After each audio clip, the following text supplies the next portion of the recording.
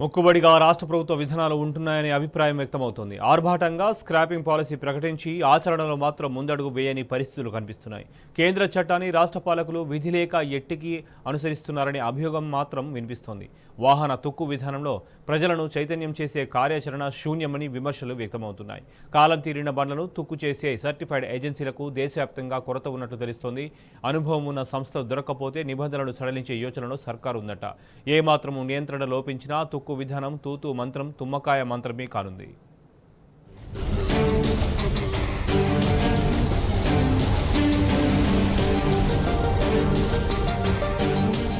పథకం ఏదైనా ప్రభుత్వం పాలసీ ప్రకటనలు మొక్కుబడిగా ఉంటాయన్నది తాజా విమర్శ.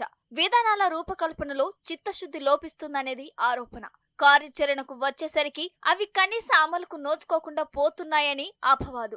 మొన్న సర్కార్ ప్రకటించిన వాహనాలను తుక్కు చేసే విధానం స్క్రాపింగ్ పాలసీ కూడా అదే కోవలోకి వస్తుందనే వాదనలు వినిపిస్తున్నాయి. కేంద్ర ప్రభుత్వం చేసిన చట్టాన్ని అనుసరించాలని విధి లేక రాష్ట్ర పాలకులు ఎట్టికి ఒక ప్రకటన అయితే చేశారు, కానీ తుక్కు విధానం ఆచరణ కోసం అవసరమైన కసరత్తు చేయట్లేదన్నది అభియోగం. ఆ దిశలో ప్రజలను చైతన్యం చేసే ప్రయాస కూడా కనిపించడం లేదని నిపుణులు అభిప్రాయపడుతున్నారు.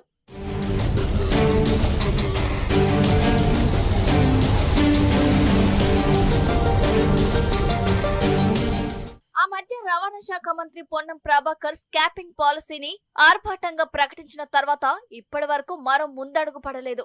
కాలం తీరిన బండ్లు ప్రభుత్వానివైతే తప్పనిసరిగా ప్రైవేటువైతే యజమానుల ఇష్టానుసారంగా స్క్రాప్ చేయాలన్నది నిబంధన.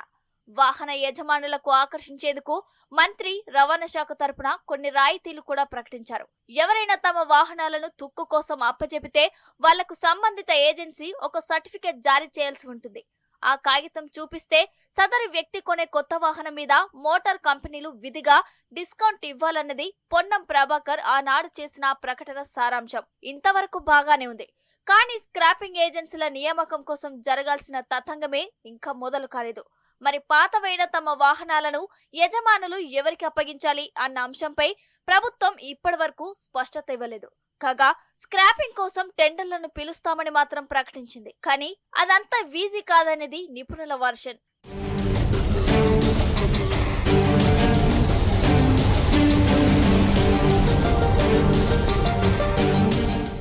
వాహనాలను తుక్కు చేసే ప్రక్రియ కోసం థర్డ్ పార్టీ ఏజెన్సీలను ప్రభుత్వం నియమించాలి. ఏదైనా సంస్థ స్క్రాపింగ్ ఏజెన్సీగా లైసెన్స్ పొందాలంటే అనేక నిబంధనలు వర్తిస్తాయి. వాహనాల పార్కింగ్ లాట్, కోట్లాది రూపాయల వ్యయమయ్యే ఇతరత్రా యంత్రాలను వ్యవస్థీకృతం చేయడానికి కోసం సదరు కంపెనీకి హైదరాబాదు పరిసరాల్లో కనీసం 50 నుంచి 60 ఎకరాల స్థలం అవసరమవుతుంది. ఇది దాదాపు అసాధ్యం. వెహికల్ స్క్రాపింగ్ కోసం సర్కార్ ఆ రంగంలో అనుభవం కలిగిన సర్టిఫైడ్ కంపెనీల నుంచి బిడ్లను కాల్ఫర్ చేయాల్సి ఉంటుంది. గల్లీ స్థాయి స్క్రాప్ దందా చేసే వాళ్లకు ఈ ఫీల్డ్ లో పెద్దగా అనుభవం ఉండదు. ఆ మాటకొస్తే ఈ పనిలో అనుభవం కలిగిన కంపెనీలు దొరకడం ఇండియాలోనే అరుదు, బహుశా లేరు కూడా. ఇప్పుడిప్పుడే ఆ క్రమంలో కొంత పురోగతి కనిపిస్తుంది. కాగా వాహన తయారీ కంపెనీలనే స్క్రాపింగ్ ఏజెన్సీలుగా నియమించాలన్నది కేంద్ర ప్రభుత్వ ఆలోచన. బడా దేశీయ సంస్థలకు సైతం ఈ బాధ్యత అప్పగించాలన్న విధానం కూడా ఉంది. ఆ మేరకు ఢిల్లీ లాంటి మహానగరంలో మారుతి కార్ల కంపెనీ, చెన్నై లాంటి సిటీలో లీలాండ్ లారీల కంపెనీ, బెంగళూరు నగరంలో టాటా మోటార్స్ కంపెనీలకు స్క్రాపింగ్ యూనిట్ లైసెన్సులు ఇచ్చే అవకాశం ఉంది.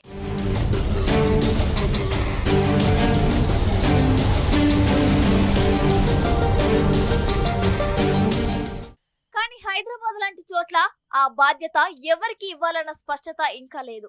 దేశీ మార్కెట్ లో బిగ్గెస్ట్ ఆటోమొబైల్ కంపెనీలుగా చలామణి అవుతున్నవేవి ఇక్కడ స్క్రాపింగ్ యూనిట్స్ పెడతామని ముందుకు రాలేదు. అలా అని ఒక విధానానికి లోబడకుండా మినహాయింపులతో ఏదో ఒక ఏజెన్సీని నియమిస్తే అదొక తలనొప్పిగా పరిణమించే అవకాశం ఉంటుంది. స్క్రాపింగ్ కోసం వచ్చిన వెహికల్స్ రికార్డులకు ఎక్కకుండా మళ్లీ రోడ్లెక్కేయడం ఖాయం.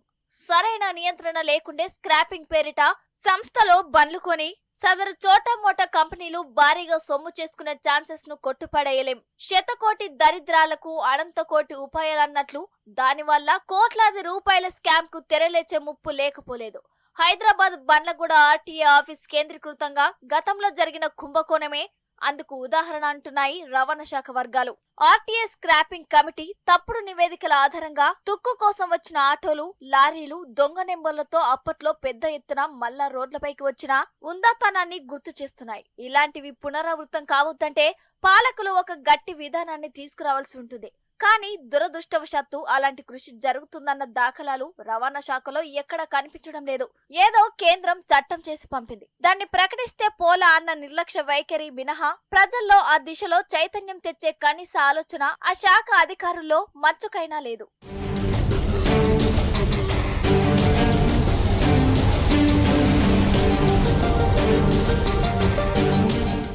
ఇదిలా ఉంటే అనేక సవాళ్ల నడుమ రాష్ట్ర ప్రభుత్వం అనౌన్స్ చేసిన ఈ తుక్కు విధానం అమలుకు నోచుకుంటుందనే ఆశ కనుచూపు మేరల్లో కనిపించడం లేదు. బహుశా రాబోయే 20 ఏళ్లలో సైతం అది కష్టమే అన్నది ఎక్స్పర్ట్స్ వెర్షన్. కాగా ఈ వాహన తుక్కు విధానాలు అమెరికా, ఇతర పాశ్చాత్య దేశాల్లో మాత్రం విజయవంతమయ్యాయి. ఆ దేశాలు అనుసరిస్తున్న పద్ధతులపై కేంద్ర ప్రభుత్వ స్థాయిలోని ఏదో ఒక సంస్థ కూలంకషంగా అధ్యయనం చేస్తే తప్ప పరిష్కారం దొరికే పరిస్థితి లేదు. ఈలోపు రాష్ట్ర ప్రభుత్వ నిబంధనలను సడలించి స్క్రాపింగ్ పాలసీని అమలు చేస్తే అది తూతు మంత్రం తుమ్మకాయ మంత్రమే అవుతుంది. అనవసరంగా చేతులు కాల్చుకోవడం మినహా వీసమెత్తు ఫాయిదా ఉండదన్నది నిపుణుల అభిప్రాయం.